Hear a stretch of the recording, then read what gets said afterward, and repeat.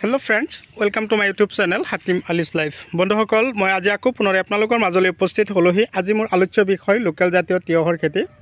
तो तियहर खेतीत की पंथा अवलम्बन करिब लागिब जो अतदिने मैं आपनालोকক अत भिडिओ आपनालोकলৈ पठियाइसिलो।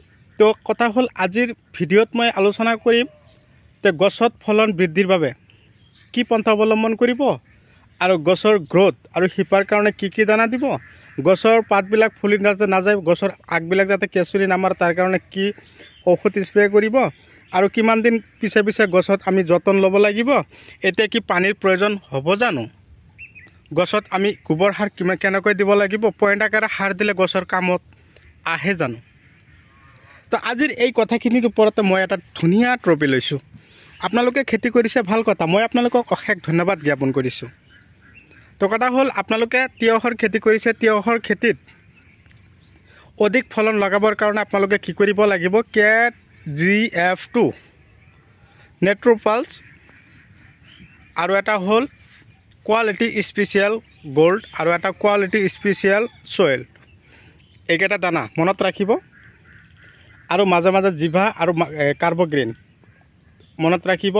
एकेटा दानार कथा কৈছো। एकेटा दाना যদি আপোনালোকৰ লোকাল তিয়হৰ খেতিত দিব পাৰে আপোনালোকৰ খেতিত যথেষ্ট পৰিমাণে আপোনালোকে ফলন আশা কৰিব পাৰিব বুলি মই আপোনালোকক জনালো। ভিডিও কোন ঠাইৰ পৰা চাই আছে মই আপোনালোকক অশেষ ধন্যবাদ জ্ঞাপন কৰিছো।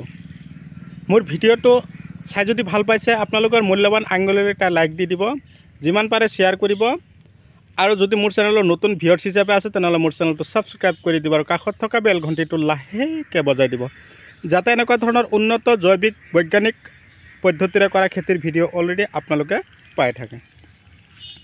খেতিত ঘাঁহ হৈছে নিকানি কৰিব, গছৰ চাৰিওফালে ধুনীয়াকৈ চাফা কৰি দিব। কেৱল খেতি বেছিভাগ নিকানি কৰিলে তিয়হৰ গছ কিন্তু মৰি যোৱাৰ সম্ভাৱনা থাকে।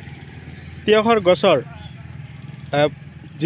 যিবিলাক শিপা থাকে শিপাবিলাক কিন্তু একেবাৰে ওপৰত থাকে। সেইকাৰণে মই আপোনালোকক কৈছোঁ সেই শিপাবিলাক আপোনালোকৰ যাতে নষ্ট নহয় সেই দানাবিলাক আপোনালোকে কি কৰিব ইউৰিয়া আৰু DAP সাৰৰ লগত ধুনীয়াকৈ মিক্স কৰি খেতিত সিঁচি দিব।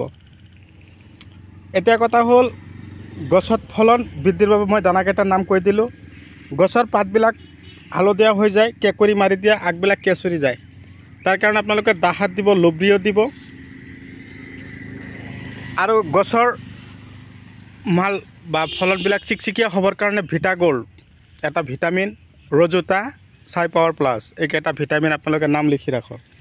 ভিটা গোল্ড, সাই পাৱাৰ প্লাস, ৰজোতা আৰু পিকআপ যদি পাৰে আপোনালোকে ভিটামিনটো ক'তবা বিচাৰি সেইটো দিব পাৰিব। পিকআপ কিন্তু বহুত ভাল এটা ভিটামিন। আৰু এটা আলোচনা কৰিম পইণ্ট আকাৰে সাৰ কেনেকৈ দিব। পইণ্ট আকাৰে সাৰ দিলে গছৰ ভাল হয় না বেয়া হয়। পইণ্ট আকাৰ চাৰিওফালে এনেকৈ পইণ্ট আকাৰ ধুনীয়াকৈ আকৌ নিকানি কাম কৰি পইণ্ট আকাৰে সাৰ দি গোবৰ, DAP, ইউৰিয়া এইবিলাক মিক্স কৰি ধুনীয়াকৈ চাৰিওফালে দি দিব পইণ্ট আকাৰে। সেইবিলাক দিলে তাৰমানে গছৰ শিপাখিনি অতি সোনকালে গ্ৰোথ হয় আৰু শিপাত পানী জমা যাতে নহয় তাৰ কাৰণে মই এটা দানাৰ নাম কৈছোঁ নহয়, কোৱালিটি স্পেচিয়েল সয়েল। এই দানাটো দিলে গছৰ শিপাত পানী জমা নহয়, শিপাবিলাক সৰু সৰু হৈ ওলায়। যিমান গছৰ শিপা সৰু সৰু হৈ ওলাব সিমান গছত ফলন বৃদ্ধি হ'ব। এই পদ্ধতি মতে আপোনালোকে খেতি কৰক না, আপোনালোকে নিশ্চয় সফল হ'ব পাৰিব। ওপৰত চাং ৰেডি কৰা হ'ল, ইফালে প্লাষ্টিক লগাই দিয়া হৈছে। এতিয়া গছখিনি প্ৰায় চাং পালেগৈ যাতে গছৰ আগবিলাক ভাল থাকে, সুস্থ থাকে। আৰু এটা কথা হ'ল যদি গছৰ পাতবিলাক বেছিকৈ কেঁচুৰি মাৰি দিয়ে গ্ৰাছিয়া দিব, গডৰেজ এগ্ৰোভেট কোম্পানীৰ ঔষধ এইটো। আৰু চেঞ্জেণ্ডা কোম্পানীৰ আৰু এটা ঔষধৰ নাম কৈ দিলোঁ, এইটো হ'ল চেমোডেজ। এই ঔষধ দুটা আপোনালোকৰ খেতিত ব্যৱহাৰ কৰিব পাৰিলে এদিন স্প্ৰে কৰিলে 20 দিন আপোনালোকৰ খেতিত আৰু পোকৰ ঔষধ দিয়াৰ কোনো প্ৰয়োজন নাহিব। উৰণীয়া পোকে ডিষ্টাৰ্ব কৰিছে ৰিলিক স্প্ৰে কৰিব, বাচ্চা স্প্ৰে কৰিব, ইক্কা বগামাছিৰ কাৰণে বহুত ভাল।